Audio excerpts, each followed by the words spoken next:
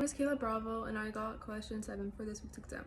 Question 7. In this problem, we are testing to see if the water intake is less than 60 ounces per day, and then the sample size is 32 adults.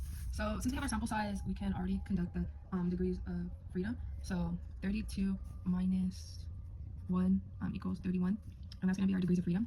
So now we know what to look for once we get to the graph.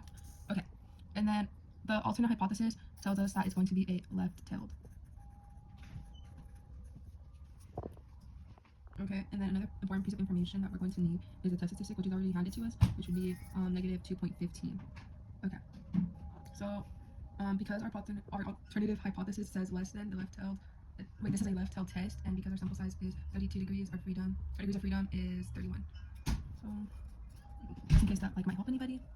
Now I'm going to try my best to explain how to use the t-distribution table. So the table just shows the right-tailed areas, meaning it tells us the t-values that leave a certain percentage in the right side of the curve. But since the t-distribution is symmetric, I can use the positive version of my t-value, which is 2.15, and it will tell me the area in my left tail for the original negative value, so which was OG equals negative 2.15.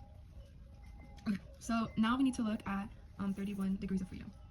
Okay, and when I look at row 31 degrees of freedom, I see 2.040, and it gives me a right tail area of, I'm gonna do a little arrow of 0.025, and then this number right here gives me a right tail area of 0.01.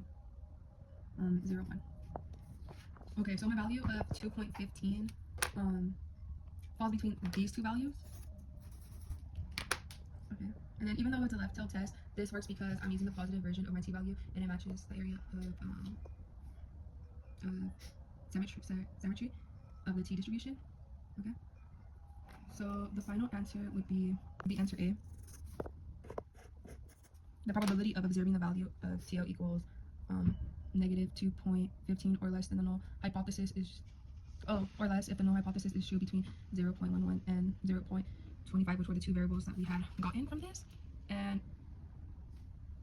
yeah, I hope this explained everything I needed to.